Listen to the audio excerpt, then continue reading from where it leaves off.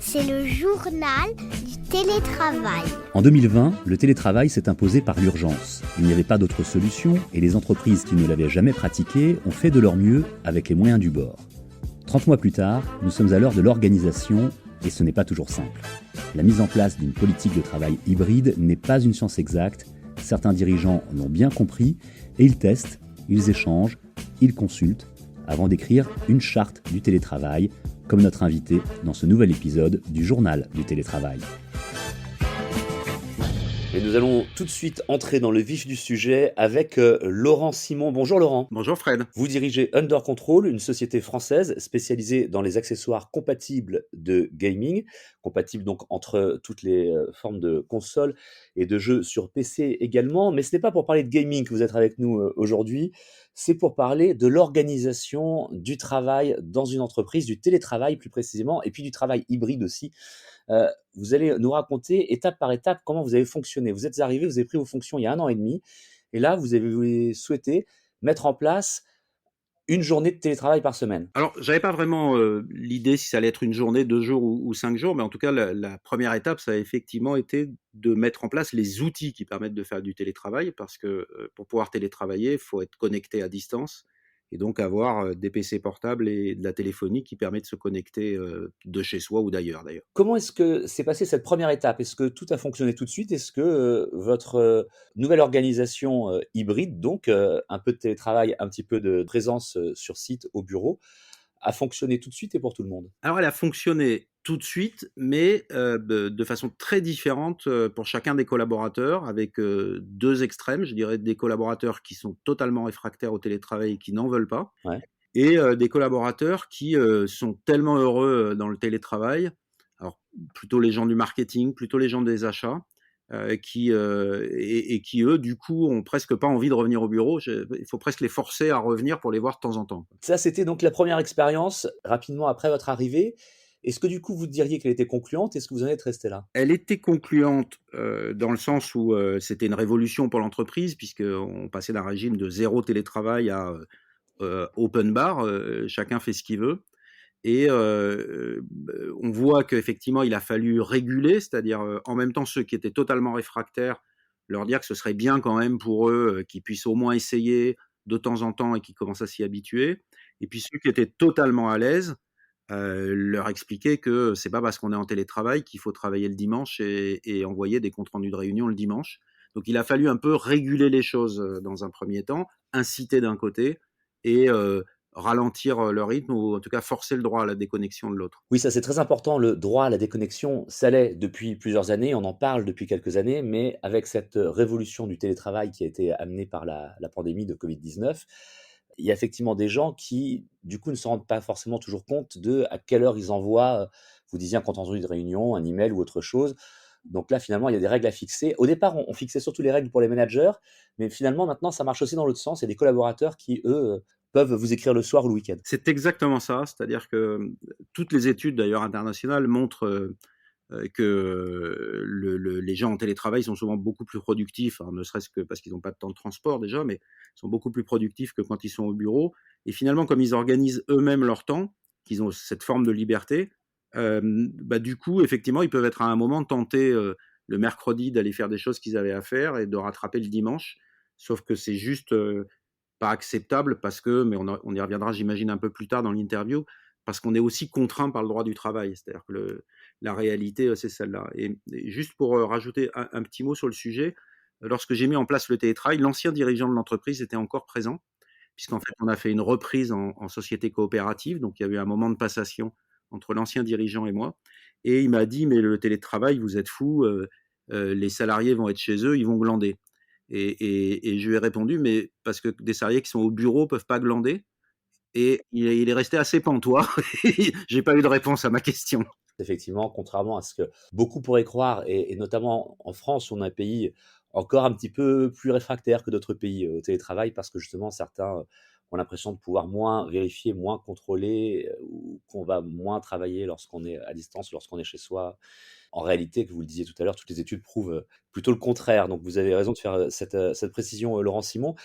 Au-delà de cette mise en place, comment s'est passée la suite? Il me semble que vous avez eu un processus plutôt évolutif dans votre, mise en place. Oui, c'est-à-dire qu'en fait, notre directeur commercial, on a une partie de notre équipe commerciale qui est sur le terrain et une autre partie qui est ce qu'on appelle en back-office, c'est-à-dire qui est en fait au téléphone avec nos clients distributeurs toute la journée. Et notre directeur commercial s'est rendu compte que chacun faisant un peu son télétravail à la carte, comme on l'avait prévu, il n'avait plus aucun moment où il avait son équipe ensemble pour pouvoir échanger, communiquer sur les bonnes pratiques, lui-même donner ses directives, etc. Et il a souhaité que l'équipe choisisse un jour de la semaine où ils seraient tous là ensemble. Et donc, effectivement, il est un petit peu revenu en arrière sur le à la carte que j'avais mis en place théoriquement jusqu'à la fin de l'année, donc qui prendra fin décembre où on définira définitivement les règles. Il l'a déjà, lui, un petit peu fait bouger en imposant qu'il y ait une journée où toute l'équipe commerciale est là. Donc, on voit que déjà, assez naturellement, il y a des évolutions qui se sont mises en œuvre, avec lesquelles je ne suis pas forcément d'accord, mais je pourrais en expliquer les raisons si vous le souhaitez.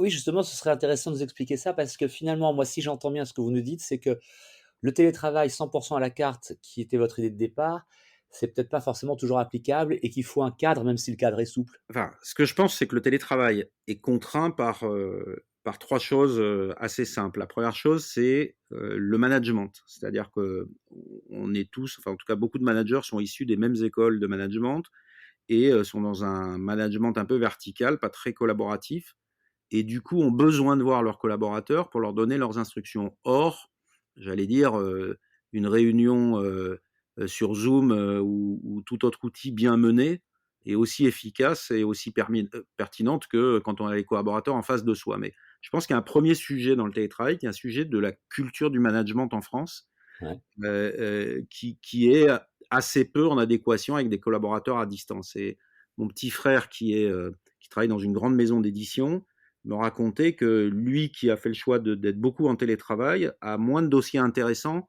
qu'un collaborateur de l'entreprise qui est plus présent au bureau parce que le manager, voyant l'autre collaborateur, lui donne spontanément les dossiers les plus intéressants. Et ça, je pense que c'est le premier écueil ou la première difficulté dans la mise en place du télétravail. Après, il y en a une deuxième qui est le droit du travail, c'est-à-dire qu'on a en France un droit du travail très horizontal. Vous comprenez ce que je veux dire évidemment par très horizontal, c'est-à-dire très égalitaire. Ouais. Or, à partir du moment où on veut appliquer du télétravail intelligemment, il faut justement être tout sauf égalitaire. Ce que je veux dire par là, c'est que, et ça va rejoindre d'ailleurs le troisième point, le troisième écueil que j'ai pu observer, c'est que en réalité, ça ne peut pas être égalitaire parce qu'on ne connaît pas les conditions de vie de nos collaborateurs. Ainsi, un collaborateur qui a 3 enfants en bas âge et qui n'a pas de lieu pour s'isoler, pour pouvoir télétravailler, il n'est pas dans la même situation qu'un collaborateur qui est célibataire et qui a un bureau à son domicile. Or, et donc, de fait, le télétravail est profondément inégalitaire. Or, on a un droit du travail qui, lui, veut absolument l'égalité de traitement entre tous les salariés et, à mon avis, qui est totalement inadapté au télétravail. Et puis surtout, un code du travail qui, vous le savez, est le bottin le plus lourd du monde, quoi. Et enfin, et le troisième point, pour terminer par cette longue réponse et je m'en excuse, le troisième point, c'est le fait que l'employeur n'a pas à se mêler de la vie privée du salarié, Ouais. qui est une règle fondamentale.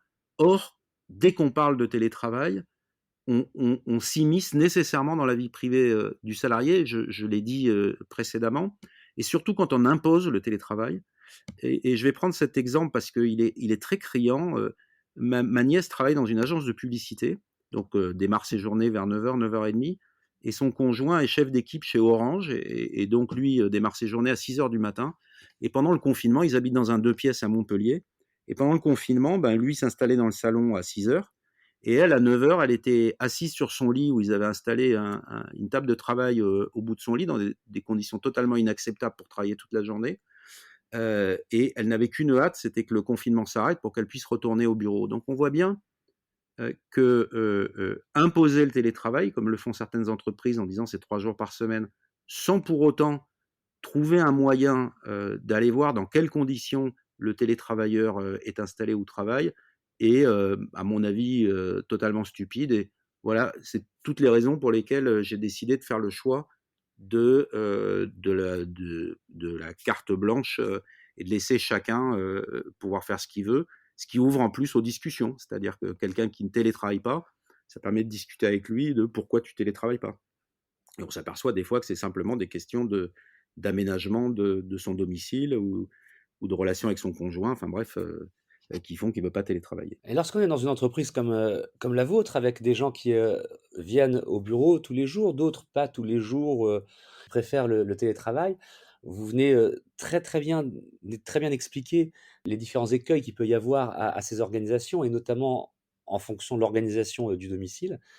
Peut-être aussi que collaborateurs comme managers peuvent échanger sur des bonnes idées, des bonnes pratiques et des solutions. Peut-être que certains ont des expériences à partager avec d'autres et même avec toute l'entreprise. C'est quelque chose que vous faites? Alors, jusqu'à la fin de l'année, c'est carte blanche. Et à partir de la fin de l'année, on n'est pas très nombreux, on est 15 hein, dans l'entreprise. À partir de la fin de l'année, j'avais décidé justement de réunir tout le monde, de proposer une charte de télétravail et d'avoir une discussion un peu ouverte où il pouvait y avoir du partage d'expérience, du, du retour justement d'expérience, etc. Donc j'allais dire, on fera ça, c'est en tout cas ce que vous dites est prévu et programmé. En même temps, on voit bien les lignes se tracer. Je ne crois pas qu'elles vont bouger l'année prochaine par du retour d'expérience, c'est-à-dire entre ceux qui ne veulent absolument pas, ceux qui veulent bien une journée mais pas plus, et ceux qui, s'ils pouvaient être en permanence en télétravail, le seraient. Euh, je pense que le rythme de chacun va se trouver. Après, ça crée des inégalités dans l'entreprise, et ça crée des inégalités surtout par rapport à ceux qui ne peuvent pas télétravailler. Nos commerciaux qui sont sur la route ne peuvent pas télétravailler, nos préparateurs de commandes qui sont à l'entrepôt ne peuvent pas télétravailler. Il faut aussi leur apporter une réponse à eux, parce qu'ils ont le sentiment que les autres ont un confort qu'ils n'ont pas, quoi.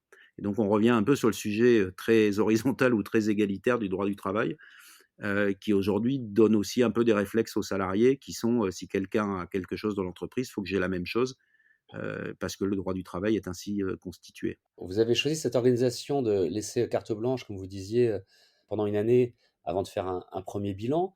Moi, je voulais vous demander aussi, Laurent Simon, quel est l'intérêt pour l'entreprise de proposer cela? Pour vous, de manière très pragmatique, le plus utile, le plus efficace, d'avoir des gens sur place ou d'avoir des gens chez eux? C'est complètement égal et complètement indifférent. Ce que je veux dire, c'est que la productivité, les résultats, enfin, il n'y a pas de différence entre ceux qui sont le plus en télétravail et ceux qui le sont moins. Ce qui m'importe, moi, c'est le bien-être au travail. Alors, d'abord, parce que c'est lié à la forme de l'entreprise, qui est une société coopérative et donc dans laquelle les actionnaires sont les salariés. Donc, j'allais dire, mon rôle de dirigeant d'une SCOP, c'est d'abord le rôle de quelqu'un qui s'assure du bien-être des collaborateurs qui sont aussi ses actionnaires. Et, et puis parce que ça va dans l'air du temps. Ce que je veux dire, c'est qu'aujourd'hui, la principale difficulté des PME, et ce sera encore plus vrai dans les 10 ou 15 ans qui viennent, c'est le recrutement. Il y a déjà des professions dans lesquelles on n'arrive plus à trouver de salariés. Et tout ça va continuer à exploser dans les années qui viennent. Et beaucoup de PME risquent même de fermer leurs portes parce qu'elles ne trouveront pas de salariés. Et donc, je pense une entreprise qui prend soin de ses salariés, qui leur laisse des libertés, qui leur fait confiance, qui leur laisse organiser leur travail, bah, c'est une entreprise qui est plus attractive que d'autres et qui fait que quand il y a rareté de salariés, elle aura moins de mal à recruter que les autres. C'est quelque chose qu'on entend effectivement de plus en plus et qui semble être vrai, être, j'allais dire l'avenir, mais c'est même déjà le présent pour pas mal d'entreprises. Grâce au télétravail, il y a des entreprises qui réussissent plus facilement à recruter effectivement des talents. On a eu l'occasion d'en parler dans d'autres épisodes du journal du télétravail. Sans mettre la charrue avant les bœufs, hein, vous allez faire un bilan avec toute votre équipe à la fin de l'année. On est presque à la fin de l'année, donc vous le voyez venir comment ce bilan? Sans tout dévoiler, mais Alors, je pense que nos collaborateurs aux achats et au marketing, qui sont les plus preneurs de télétravail, il va effectivement falloir apprendre à équilibrer pour leur manager, qui est en fait le directeur marketing. Il va falloir apprendre à équilibrer entre des réunions en présentiel et des réunions, en tout cas des moments en présentiel où l'équipe est ensemble et où la relation humaine a besoin de se faire, et puis probablement des réunions sur des outils de visioconférence. Ça, c'est côté, j'allais dire, pour les collaborateurs qui sont le plus preneurs de télétravail. Pour l'équipe commerciale, je pense très objectivement qu'il va falloir que j'apprenne à mon directeur commercial à manager à distance, de façon à ce qu'il puisse conserver cet équilibre et ce bon rythme, c'est-à-dire qu'il ne contraigne pas les collaborateurs à venir un jour fixe au bureau. Je ne crois pas du tout à cette version-là. Elle est contraignante pour tout le monde. Et en plus, je ne suis pas sûr qu'elle apporte plus qu'une réunion sur Zoom. Et enfin, pour ceux qui sont totalement réfractaires, qui sont plutôt à la finance, à la comptabilité, il est vrai qu'on n'a pas encore passé le cap de la dématérialisation des factures, de la paperasse que manipule un comptable, et je pense que ça passera par là.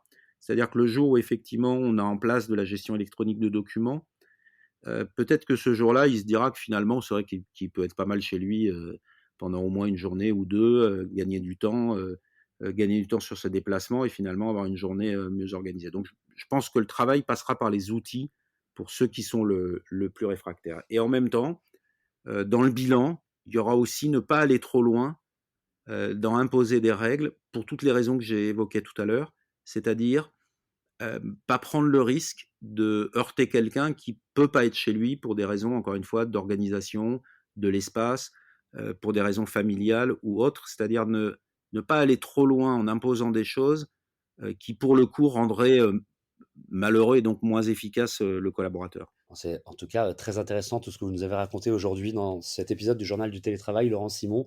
Je vous propose, une fois que vous aurez établi cette charte, au début de l'année 2023, peut-être qu'on en reparle ensemble et qu'on voit ce qui aura été vu et fait avec l'ensemble de vos collaborateurs, si vous voulez bien. Avec grand plaisir. Et je rappelle donc que vous êtes le dirigeant de Under Control, une société française de fabrication d'accessoires pour les jeux vidéo, que ça soit sur PC ou sur console. Merci beaucoup d'avoir répondu à nos questions et merci pour votre retour d'expérience qui est très intéressant parce que on le voit une fois de plus.